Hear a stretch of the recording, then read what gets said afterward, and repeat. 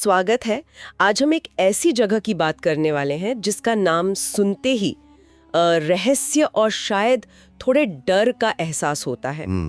Atlantic महासागर का वो हिस्सा जिसे दुनिया कहती है डेविल्स ट्रायंगल, शैतान का त्रिकोण। हाँ, बरमूडा ट्रायंगल। जी, बरमूडा ट्रायंगल। हमारे पास जो जानकारी है, जो स्रोत है, वो इसी रहस्यमयी इलाके की काफी गहराई से पड़ताल करते हैं। बिल्कुल। तो चलिए इन स्रोतों की मदद से इस उलझी हुई कहानी को थोड़ा खोलने की कोशिश करते हैं। हाँ, करते हैं। तो देखिए, ये अटलांटिक महासागर का एक बड़ा सा त्रिकोण जैसा क्षेत्र है। त्रिकोण जैसा। हाँ, जिसके कोने आमतौर पर माने जाते हैं। एक मियामी फ्लोरिडा में, अच्छा, दूसरा बरमूडा का ब्रिटिश द्वीप क्षेत्र और तीसरा प्यूर्टो रिको। और ये कोई छोटा मोटा इलाका नहीं है, जैसा स्रोत बताते हैं। करीब 5 लाख वर्ग मील, मतलब लगभग 13 लाख वर्ग किलोमीटर। अरे बाप रे, इतना बड़ा। हाँ, अंदाजा लगाइए, जैसे लगभग पूरा भारत देश इसमें समा सकता है। क्या बात कर रहे हैं। हाँ, वैसे ये कोई तय भौगोलिक सीमा नहीं है, पत्थर की लकीर नहीं खींची हुई। बस एक ऐसा एरिया है जहां अजीब घटनाएं ज्यादा होती देखी गई हैं। समझ गई। और आज हमारी चर्चा का मकसद क्या है, मतलब क्या खोजना है हमें? हाँ, मकसद है उन घटनाओं को समझना और उन सिद्धांतों को खंगालना जो इस जगह को इतना बदनाम भी और दिलचस्प भी बनाते हैं। बिल्कुल, जैसा कि हमारे स्रोतों में बताया गया है, क्योंकि यहाँ दशकों में पता नहीं कितने दर्जनों, शायद सैकड़ों जहाज और विमान लापता हो गए हैं। सही कहा। और सबसे अजीब, सबसे चौंकाने वाली बात जो बार बार सामने आती है, ज्यादातर मामलों में कोई मलबा नहीं, कोई तेल का निशान नहीं, कोई शव नहीं, यहाँ तक कि कोई आखिरी SOS सिग्नल, कोई मैसेज तक नहीं। हाँ, जैसे वो बस थे और फिर अचानक पूरी तरह से गायब। बिल्कुल, जैसे हवा में घुल गए हो। तो स्रोत कुछ बहुत ही फेमस, चौंकाने वाले उदाहरण देते हैं जो इस रहस्य को सही से दिखाते हैं। हाँ। पहला और शायद सबसे मशहूर मामला है फ्लाइट 19 का। ये दिसंबर 1945 की बात है। दूसरा विश्व युद्ध बस खत्म ही हुआ था। हाँ, बिल्कुल। 5 अमेरिकी नेवी के TBM एवेंजर बॉम्बर विमान थे। एक रूटीन ट्रेनिंग मिशन पर निकले थे फोर्ट लॉडरडेल, फ्लोरिडा से। अनुभवी पायलट थे ना? हाँ, बिल्कुल अनुभवी थे। लेकिन उस दिन वो बरमूडा ट्रायंगल के इलाके से गुजर रहे थे। अब मिशन के दौरान अचानक उनका रेडियो संपर्क गड़बड़ाने लगा। अच्छा। कंट्रोल टावर से। हाँ। उनके जो आखिरी संदेश मिले, उनसे पता चला कि lead pilot lieutenant Charles Taylor वो बहुत बुरी तरह कंफ्यूज्ड थे। कंफ्यूज्ड? किस तरह से? वो कह रहे थे कि उनके दोनों कंपास काम नहीं कर रहे हैं, मतलब दिशा ही नहीं बता रहे हैं। उन्हें समझ ही नहीं आ रहा था कि वो किस तरफ जा रहे हैं। और नीचे जो जमीन दिख रही थी वो भी जानी पहचानी नहीं लग रही थी। ओहो। फिर एकदम खामोशी। और 5 विमान? हाँ, 5 विमान और उनमें बैठे 14 पायलट और क्रू सदस्य लापता, कोई निशान नहीं। 14 लोग। और कहानी यहीं खत्म नहीं हुई है ना, ये बात और भी डरावनी है। नहीं, बिल्कुल नहीं। उन 5 विमानों और लोगों को खोजने के लिए फौरन एक बड़ा बचाव अभियान शुरू हुआ। हाँ। उसी अभियान में एक मार्टिन PBM मेरिनर बचाव विमान भेजा गया। उसमें 13 क्रू सदस्य थे। 13 और लोग? हाँ, और वो विमान भी उड़ान भरने के कुछ ही देर बाद रडार से गायब हो गया। वो भी गायब? हाँ। कुछ लोगों ने कहा कि उस रात आसमान में एक धमाका देखा था, लेकिन उस मेरिनर विमान का भी कोई मलबा, कोई टुकड़ा, कुछ नहीं मिला। तो मतलब एक ही दिन में 6 विमान और 27 लोग। बिल्कुल, 27 लोग बिना कोई सुराग छोड़े गायब।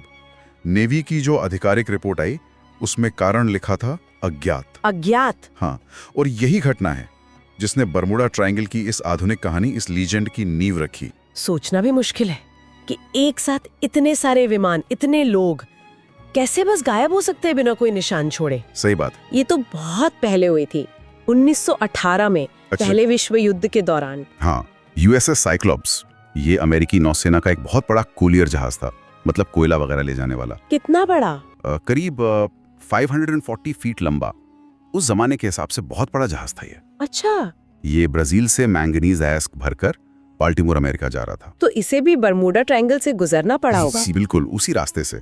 और जहाज पर 300 से ज्यादा लोग थे, नौसैनिक और कुछ यात्री भी। 300 से ज्यादा? जी। उसने आखिरी बार बारबाडोस छोड़ा। बताया गया कि मौसम भी ठीक था उस समय। लेकिन उसके बाद? फिर वही हुआ। हाँ। साइक्लोप्स और उस पर सवार सभी लोग बस गायब हो गए। फिर से वही डरावनी कहानी, मतलब कोई SOS कॉल नहीं, कोई आखिरी संदेश? कुछ नहीं, कोई आपातकालीन संदेश नहीं भेजा गया। जहाज के साथ क्या हुआ इसका कोई संकेत तक नहीं मिला। और सबसे अजीब बात, इतने बड़े जहाज का एक तिनका तक नहीं मिला। एक तिनका भी नहीं? कुछ नहीं, न कोई लाइफ बोट, न कोई मलबा, न पानी पर तेल का फैलाव, कुछ भी नहीं। ओह! ये अमेरिकी नौसेना के इतिहास में, मतलब युद्ध के कारण नहीं, ऐसी सबसे बड़ी एकल घटना है जिसमें इतने लोगों की जान गई। और बिना मलबे के गायब हो जाना, यही बात इसे इतना रहस्यमयी बनाती है। बिल्कुल, स्रोत यही बताते हैं कि ये दो घटनाएं, फ्लाइट 19 और यूएसएस साइक्लोप्स, ये तो बस उदाहरण है। ऐसी कई और रिपोर्टेड घटनाएं हैं जहां छोटे बड़े जहाज और विमान इसी तरह बिना किसी स्पष्टीकरण के गायब हुए हैं। यही वो पैटर्न है, इसी ने इतने सारे सिद्धांतों को जन्म दिया है। ठीक है, तो चलिए अब इन सिद्धांतों की दुनिया में चलते हैं, क्योंकि जब इतनी सारी घटनाएं हों और खासकर वो जिनमें कोई मलबा ना मिले, तो जाहिर है लोग जवाब तो ढूंढेंगे ही। बिल्कुल। स्रोतों में कई तरह के स्पष्टीकरण दिए गए हैं। कुछ थोड़े वैज्ञानिक लगते हैं, कुछ थोड़े ज्यादा कल्पना वाले। हाँ। पहला जो अक्सर सुनने में आता है वो है चुंबकीय विसंगति, मैग्नेटिक अनोमली। हाँ, ये काफी कॉमन थ्योरी है। हमारे स्रोत बताते हैं कि इस इलाके में पृथ्वी का जो चुंबकीय क्षेत्र है वो कुछ अजीब बर्ताव कर सकता है। मतलब कहा जाता है कि यहाँ कंपास ठीक से काम नहीं करता, वो सही उत्तर दिशा ट्रू नॉर्थ नहीं दिखाता, या शायद चुंबकीय उत्तर मैग्नेटिक नॉर्थ से भी भटक जाता है। कुछ रिपोर्टें तो कहती हैं कि कंपास बिल्कुल गोल गोल घूमने लगता है। हाँ। फ्लाइट 19 वाले पायलट ने भी तो कंपास की दिक्कत बताई थी। हाँ, उन्होंने जिक्र किया था कि कंपास काम नहीं कर रहे, और ये सिद्धांत इसलिए जरूरी माना जाता है क्योंकि नेविगेशन, खासकर पुराने जमाने में जब जीपीएस वगैरह नहीं था, हाँ, तब तो सब कंपास पर ही निर्भर थे। बिल्कुल, तो अगर आपका मेन दिशा बताने वाला यंत्र ही आपको गलत जानकारी दे रहा है, तो जहाज या विमान बहुत आसानी से अपने रास्ते से मीलों दूर भटक सकते हैं। वो किसी खतरनाक तूफान में फंस सकते हैं, या अनजान पानी में चले जा सकते हैं, या फिर ईंधन खत्म होने तक बस गलत दिशा में ही चलते उड़ते रह सकते हैं। हाँ, ये तो हो सकता है। हालांकि स्रोत ये भी बताते हैं कि वैज्ञानिक तौर पर इस इलाके में ऐसी कोई परमानेंट बहुत शक्तिशाली चुंबकीय गड़बड़ी साबित नहीं हुई है जो हमेशा नेविगेशन को इतना ज्यादा प्रभावित करे। देखिए, पृथ्वी पर मैग्नेटिक वेरिएशन तो होता ही है, वो सामान्य है। अच्छा, लेकिन क्या यहाँ कुछ असाधारण है? इस पर स्रोत पूरी तरह एकमत नहीं है। ये दिलचस्प है कि वैज्ञानिक पुष्टि पूरी तरह नहीं है। अच्छा, तो दूसरा सिद्धांत जो अक्सर जहाजों के गायब होने से जोड़ा जाता है वो है मीथेन गैस के बुलबुले। हाँ, मीथेन हाइड्रेट्स। ये सुनने में थोड़ा अजीब लगता है, पर इसके पीछे कुछ साइंस है शायद। हाँ है। आइडिया ये है कि इस इलाके के समुद्र तल में मीथेन हाइड्रेट्स, यानी बर्फ जैसी जमी हुई मीथेन के बड़े भंडार हो सकते हैं। अच्छा। अब अगर समुद्र के नीचे कोई भूस्खलन हो या कोई भूकंप जैसी हलचल हो, तो ये मीथेन अचानक बहुत बड़ी मात्रा में गैस बनकर निकल सकती है और विशाल बुलबुलों के रूप में तेजी से ऊपर सतह की तरफ आ सकती है। ठीक है। अब सोचिए, अगर कोई जहाज किस्मत से ऐसे ही एक बहुत बड़े गैस के बुलबुले के ठीक ऊपर आ जाए, तो उसके नीचे का जो पानी है वो अचानक हवा और गैस से भर जाएगा। इससे पानी का घनत्व, मतलब डेंसिटी, एकदम से बहुत कम हो जाएगी। और उसका नतीजा जहाज अपनी उछाल, अपनी बुयांसी खो देगा। जैसे आप ठोस जमीन पर खड़े हों और वो अचानक दलदल बन जाए। जहाज बिना किसी चेतावनी के बहुत तेजी से नीचे डूब सकता है, शायद इतनी तेजी से कि क्रू को SOS भेजने का भी मौका ना मिले। तो ये जहाजों के अचानक और बिना मलबे के गायब होने की एक वजह हो सकती है। हाँ, एक संभावित वजह। लेकिन स्रोत ये भी साफ करते हैं कि पहली बात, ये थ्योरी विमानों के गायब होने को नहीं समझाती। हाँ, ये तो है। और दूसरी बात, इस बात के भी पक्के सबूत नहीं है कि क्या ऐसी मीथेन रिलीज की घटनाएं इतनी बड़ी और इतनी बार होती हैं कि वो इतने सारे जहाजों के लापता होने का कारण बन सके। ये एक फैक्टर हो सकता है, पर शायद पूरी कहानी नहीं। सही कहा, ये विमानों पर लागू नहीं होता। तो विमानों और शायद कुछ जहाजों के लिए एक और प्राकृतिक वजह बताई जाती है, दुष्ट लहरें, रोग वेव्स। हाँ, रोग वेव्स। ये सामान्य समुद्री लहरों से बहुत अलग होती हैं, है ना? बिल्कुल अलग। रोग वेव्स मतलब समुद्र के बीच में अचानक बनने वाली बहुत ही ऊंची अकेली लहरें। अकेली लहरें। हाँ, मतलब अपने आसपास की लहरों से 2-3 गुना या उससे भी ज्यादा ऊंची। हाँ। कभी-कभी 80-90, यहाँ तक कि 100 फीट ऊंची। 100 फीट? ये तो किसी दीवार जैसी हो गई। बिल्कुल। और लंबे समय तक लोग मानते थे कि ये बस नाविकों की कहानियां हैं, मिथक हैं। लेकिन पिछले कुछ दशकों में सैटेलाइट और समुद्री उपकरणों ने पक्का कर दिया है कि ये सच में होती हैं। अच्छा, वैज्ञानिक रूप से साबित है। हाँ बिल्कुल, ये कहीं भी बन सकती हैं और बिना किसी चेतावनी के आती हैं। तो ये कितनी खतरनाक हो सकती हैं? बहुत ज्यादा। इतनी अप्रत्याशित और इतनी ताकतवर कि बड़े से बड़े मॉडर्न जहाज को भी आसानी से पलट सकती हैं, तोड़ सकती हैं या डुबो सकती हैं। तो ये जरूर कुछ जहाज़ों के अचानक गायब होने का कारण हो सकती हैं, खासकर खराब मौसम में। लेकिन फिर वही सवाल, क्या ये यूएसएस साइक्लॉप्स जैसे इतने विशाल जहाज को बिना कोई निशान छोड़े डुबो सकती है? मुश्किल लगता है। और दूसरा, क्या ये विमानों के गायब होने की वजह बता सकती है? शायद नहीं, जब तक कि कोई विमान बहुत ही नीचे न उड़ रहा हो और सीधे लहर की चपेट में आ जाए, जो कि बहुत ही मुश्किल लगता है। तो ऐसा लगता है कि ये जो प्राकृतिक कारण है, ये कुछ घटनाओं को तो समझा सकते हैं, लेकिन शायद सभी को नहीं, खासकर वो मामले जिनमें कोई मलबा नहीं मिला या जो विमानों से जुड़े हैं। हाँ, बिल्कुल। और यहीं से शायद बात और ज्यादा रहस्यमयी और विवादास्पद सिद्धांतों की तरफ मुड़ती है, जैसा हमारे स्रोतों में भी जिक्र है। हाँ, अब आते हैं उन थ्योरीज पर। इनमें सबसे पहला और शायद सबसे पॉपुलर है यूएफओ और एलियंस। हाँ, ये एक ऐसा सिद्धांत है जो मतलब विज्ञान की सीमा से बाहर चला जाता है। ये ज्यादातर अटकलों पर आधारित है। तो क्या कहते हैं ये सिद्धांत? षड्यंत्र सिद्धांतकार और कुछ यूएफओ रिसर्चर मानते हैं कि बर्मुडा ट्रायंगल कोई आम जगह नहीं है। कुछ कहते हैं कि ये समुद्र के नीचे किसी एलियन बेस के ठीक ऊपर है, या फिर ये एलियंस के पृथ्वी पर आने जाने का कोई गुप्त रास्ता या पोर्टल है। एलियन बेस या पोर्टल।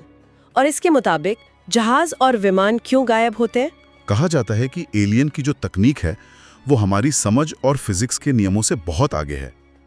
तो वो इन जहाज़ों या विमानों को या तो बेकार कर देते हैं या फिर सीधे अपनी तरफ खींच लेते हैं। खींच लेते हैं मतलब? हाँ, शायद उन पर स्टडी करने के लिए या किसी और वजह से जिसका हमें पता नहीं।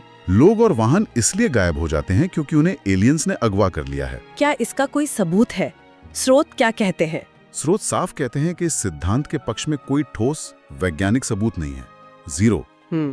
लेकिन होता क्या है कि जब हमें आम जवाब नहीं मिलते और खासकर जब मलबा पूरी तरह गायब हो, तो ऐसे असाधारण विचार लोगों की कल्पनाओं को पकड़ लेते हैं। ऊपर से इस इलाके से यूएफओ देखे जाने की जो अपुष्ट खबरें आती रहती हैं, वो भी इस थ्योरी तो हवा देती हैं। ये बात तो है कि जब जवाब नहीं मिलते तो लोग ऐसी संभावनाओं के बारे में सोचने लगते हैं। इसी तरह की एक और थ्योरी है जो कल्पना को और भी उड़ान देती है, टाइम वॉर्प थ्योरी। हाँ, समय का भंवर। ये सुनने में तो बिल्कुल किसी साइंस फिक्शन फिल्म जैसा लगता है। बिल्कुल लगता है।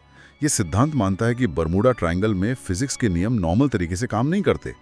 यहाँ समय और स्थान में, मतलब स्पेस टाइम में किसी तरह की दरारें हैं या अस्थिर पोर्टल हैं। पोर्टल जैसे दरवाजे? हाँ, एक तरह से। और जो जहाज या विमान बदकिस्मती से इन पोर्टल्स के बहुत पास पहुंच जाते हैं, वो अनजाने में किसी दूसरे आयाम में, मतलब किसी और डायमेंशन में या किसी और समय में, हाँ, या किसी और समय में, अतीत या भविष्य में, या शायद किसी पैरेलल यूनिवर्स में खींच लिए जाते हैं। क्या स्रोत इस विचार का? कोई आधार बताते हैं या ये बस कोरी कल्पना है? इसका आधार भी मुख्य रूप से वही है, गायब हुए जहाजों और विमानों का कोई फिजिकल सबूत न मिलना। लॉजिक ये दिया जाता है कि अगर वो क्रैश हुए होते, टूटे होते, तो कुछ तो मिलता। हाँ, कुछ तो मिलना चाहिए था। उनका इस तरह पूरी तरह से गायब हो जाना, जैसे वो कभी थे ही नहीं, ये कुछ लोगों को सोचने पर मजबूर करता है कि वो नष्ट नहीं हुए बल्कि कहीं और चले गए हैं।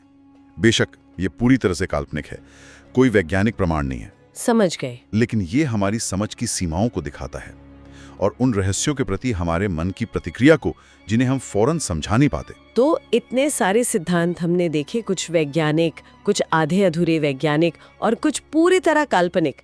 इन सब के बाद हम कहाँ पहुँचते हैं? मतलब क्या निकाला जाए इसका? क्या बर्मुडा ट्रायंगल वाकई कोई शापित या बहुत ही ज्यादा खतरनाक जगह है, या ये सब बस संयोग, खराब मौसम, इंसानी गलती और क्योंकि ये रास्ता बहुत व्यस्त है उसका नतीजा है, और थोड़ी कहानियों को बढ़ा चढ़ाकर भी बताया गया है? स्रोत इस पर एक मिला जुला नजरिया देते हैं। वो मानते हैं कि हाँ, इस इलाके में कई दुर्घटनाएं शायद खराब मौसम की वजह से हुई होंगी। यहाँ अचानक तूफान आ जाते हैं, गल्फ स्ट्रीम का बहाव बहुत तेज है। हाँ, मौसम तो एक बड़ा फैक्टर हो सकता है। बिल्कुल। फिर नेविगेशन में इंसानी गलती या जहाज विमान में कोई तकनीकी खराबी, ये सब भी कारण हो सकते हैं। और ये दुनिया के सबसे बिजी शिपिंग रूट्स में से एक है, तो जहां ट्रैफिक ज्यादा होगा वहां आंकड़ों के हिसाब से दुर्घटनाएं भी ज्यादा होंगी। ये भी सही है। और कई जो कथित रहस्यमयी घटनाएं थीं, उनके तार्किक स्पष्टीकरण बाद में मिले भी हैं। लेकिन फिर भी कुछ मामले तो अनसुलझे रह ही जाते हैं, है ना?